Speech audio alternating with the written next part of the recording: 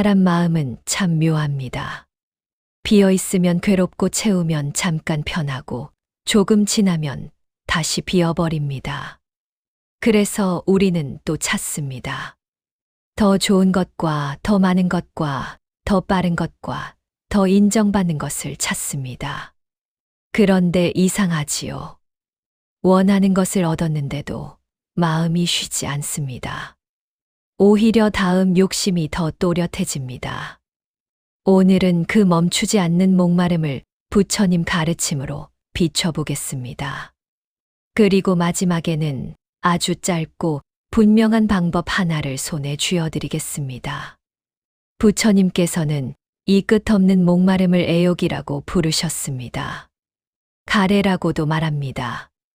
목이 마른데 마실수록 더 마르는 물을 마시는 것과 같습니다. 오늘의 한 줄 법구를 세웁니다. 애욕은 번뇌의 왕이라 온갖 번뇌가 이를 따른다.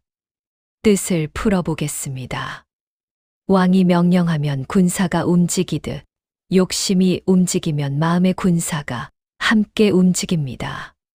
탐욕이 따라오고 질투가 따라오고 비교가 따라오고 조급함이 따라오고 자책이 따라옵니다. 욕심 하나가 혼자만 살지 않는다는 뜻입니다. 욕심은 늘 친구들을 데리고 다닙니다. 그래서 욕심이 커질수록 마음은 점점 더 분주해집니다. 그리고 분주한 마음은 결국 고요를 잃습니다. 생활 비유를 하나 들어보겠습니다.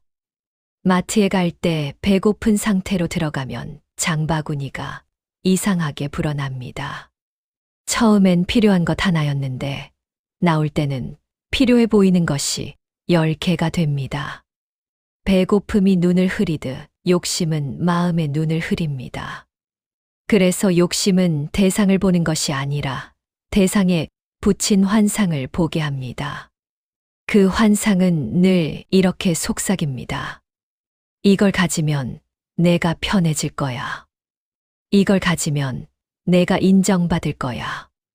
이걸 가지면 내가 불안하지 않을 거야. 또 하나의 비유를 들겠습니다. 어떤 사람은 성공하면 행복해질 줄 압니다. 하지만 성공 뒤에는 유지해야 한다는 불안이 달라붙습니다. 높이 올라갈수록 떨어질까봐 더 무서워집니다.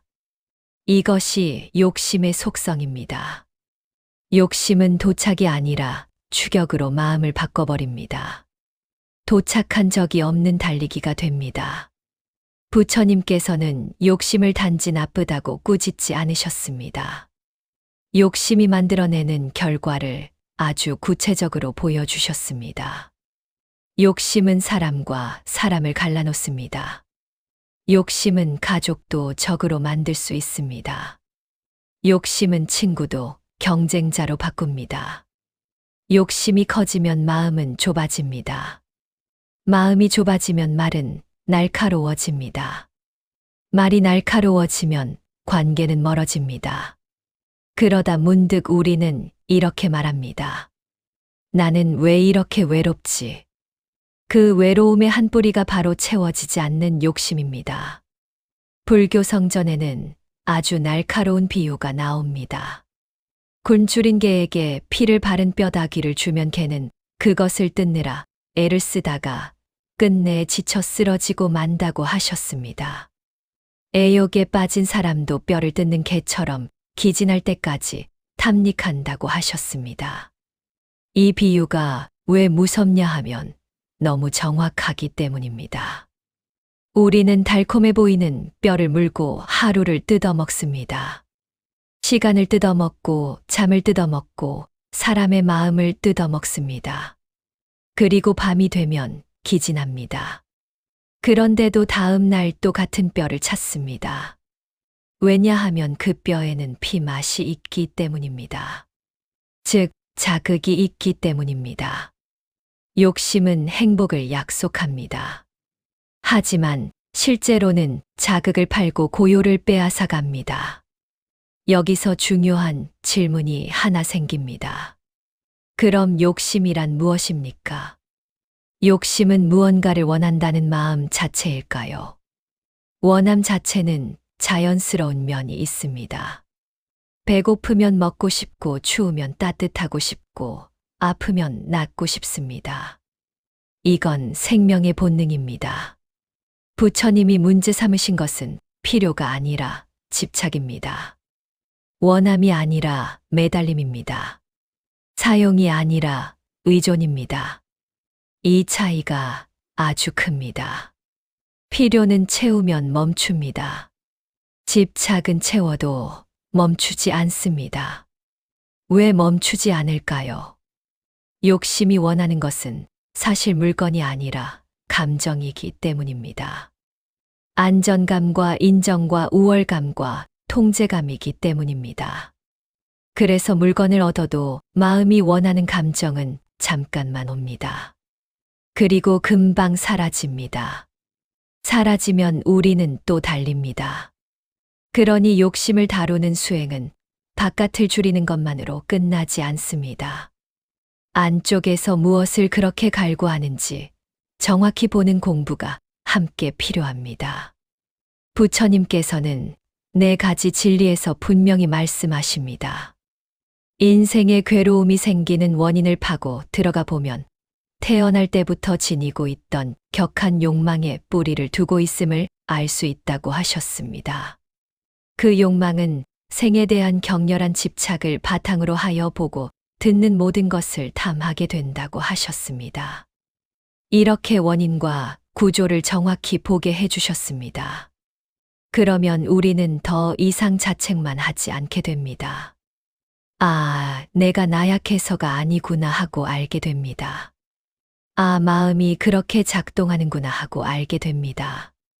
알게 되는 순간부터 길이 열립니다.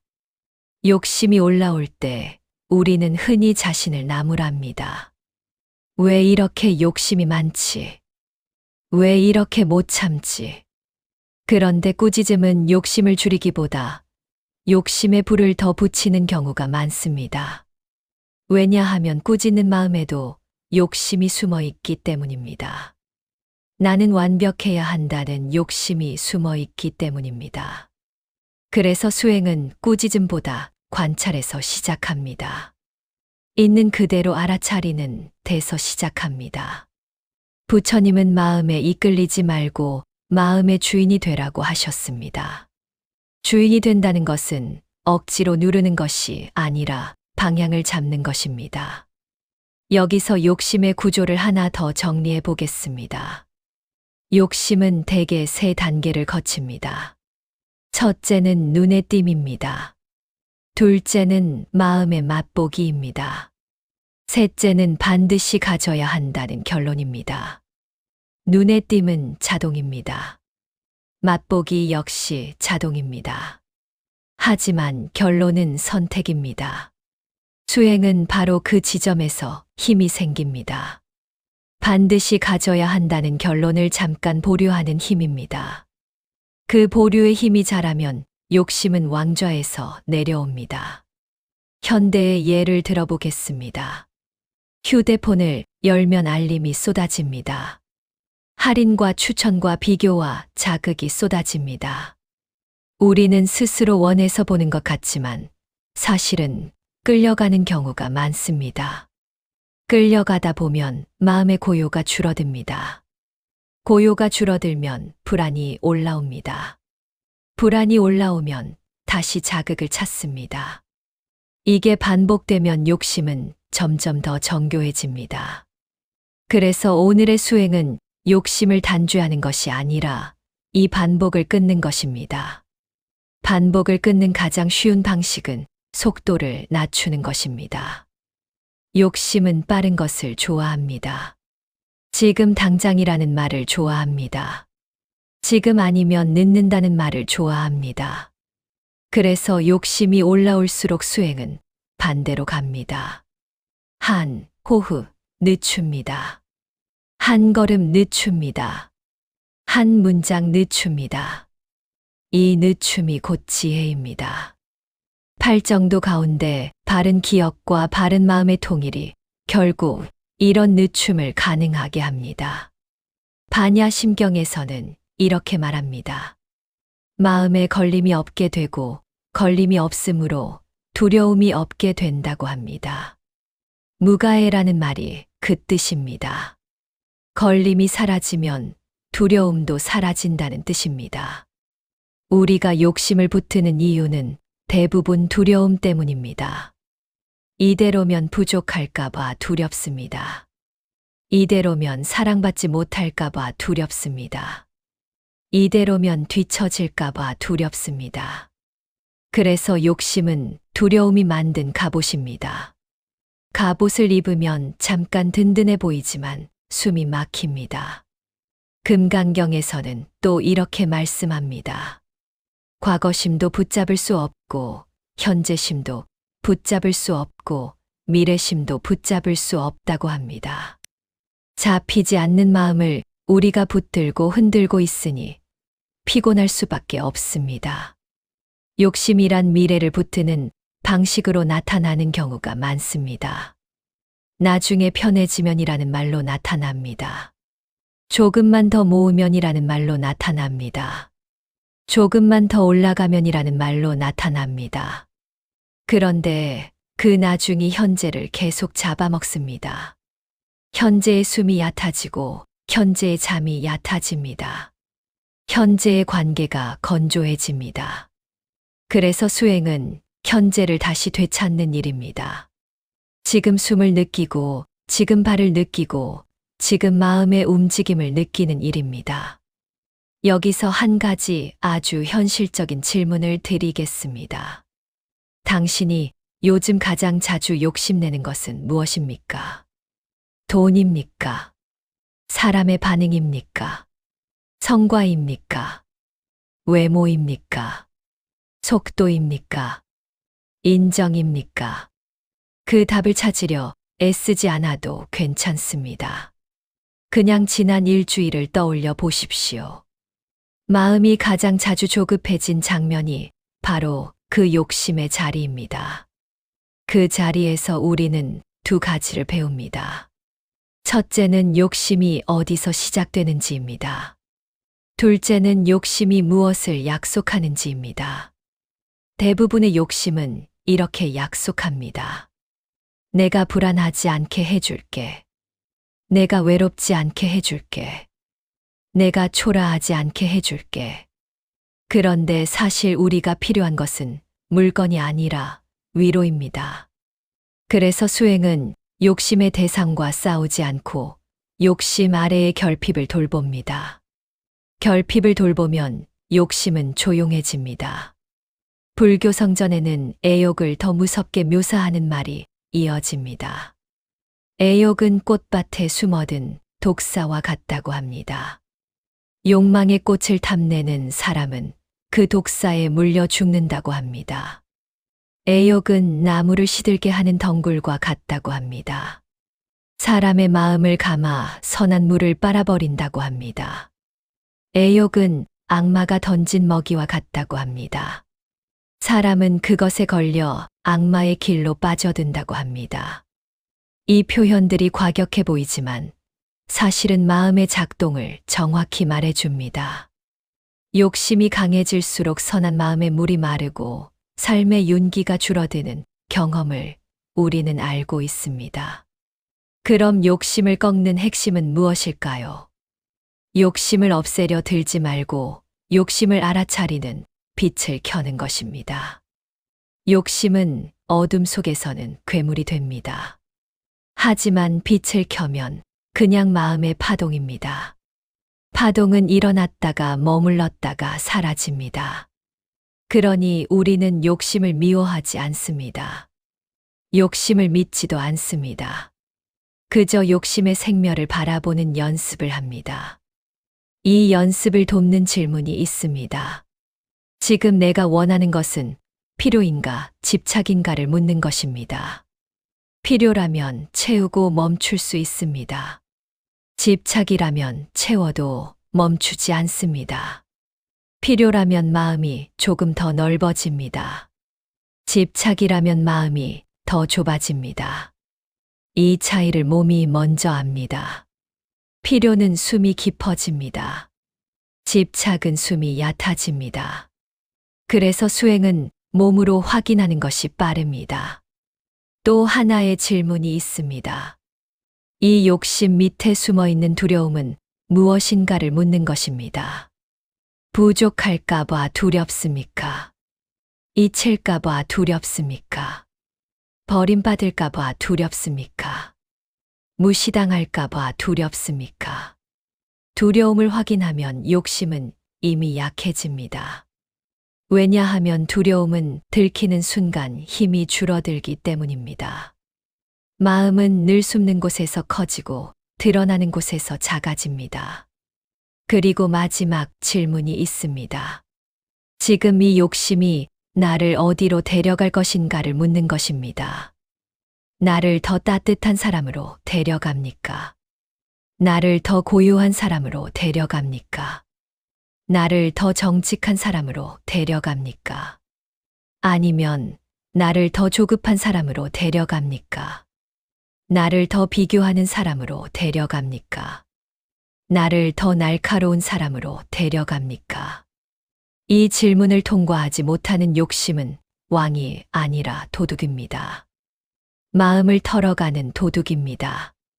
부처님 길은 삶을 포기하는 길이 아닙니다. 욕심을 줄인다는 것은 삶을 더 정확히 산다는 뜻입니다. 필요한 것은 가지되 그것이 나를 갖지 못하게 하는 것입니다. 성과를 내되 성과가 나를 때리지 못하게 하는 것입니다. 돈을 벌되 돈이 내 마음의 주인이 되지 못하게 하는 것입니다. 사랑하되 사랑이 집착으로 변해 나를 구속하지 못하게 하는 것입니다. 이게 수행의 품격입니다. 이제 그 품격을 아주 짧은 명상으로 몸에 심어 보겠습니다. 이제 2부로 넘어가겠습니다. 2부는 3분 명상입니다. 편안히 앉으셔도 좋고 서 계셔도 좋습니다. 가능하면 허리를 너무 긴장시키지 않고 가볍게 세워봅니다. 눈은 감거나 시선을 바닥에 부드럽게 둡니다. 먼저 한 번 숨을 길게 내쉽니다. 내쉬는 숨과 함께 오늘의 피로가 조금 빠져나간다고 느껴봅니다. 이제 자연스러운 호흡을 알아차립니다. 숨이 들어옵니다. 숨이 나갑니다. 그저 들어오고 나갈 뿐입니다. 이제 욕심을 억지로 떠올릴 필요가 없습니다. 욕심이 잘 보이는 자리는 바로 몸입니다. 당신이 어떤 것을 떠올릴 때 가슴이 조여오거나 배가 당기거나 턱이 굳거나 손이 근질거리면 그게 욕심의 신호일 수 있습니다. 지금 몸에서 가장 두드러진 감각 하나만 찾습니다. 가슴이어도 좋고 목이어도 좋고 배여도 좋고 얼굴이어도 좋고 어깨여도 좋습니다. 그 감각을 없애려 하지 말고 그 감각을 있는 그대로 바라봅니다. 그리고 마음속으로 조용히 이름 붙입니다. 가래라고 이름 붙입니다. 원함이라고 이름 붙입니다. 쥐려함이라고 이름 붙입니다. 이 이름 붙이기는 욕심에 끌려가지 않게 하는 짧은 지혜입니다. 이제 숨을 들이쉬며 이렇게 생각합니다. 나는 알아차린다. 숨을 내쉬며 이렇게 생각합니다. 나는 놓아준다. 다시 들이쉬며 나는 알아차린다. 내쉬며 나는 놓아준다. 여기서 놓아준다는 포기하라는 뜻이 아닙니다. 지금 이 순간 마음의 소나기, 힘을 한 칸만 푸는 것입니다. 이제 당신이 요즘 가장 집착하는 것 하나를 아주 가볍게 떠올려 봅니다. 돈일 수도 있고, 사람의 반응일 수도 있고, 성과일 수도 있고, 외모일 수도 있습니다. 그것을 떠올릴 때 마음이 말합니다. 이게 있어야 돼.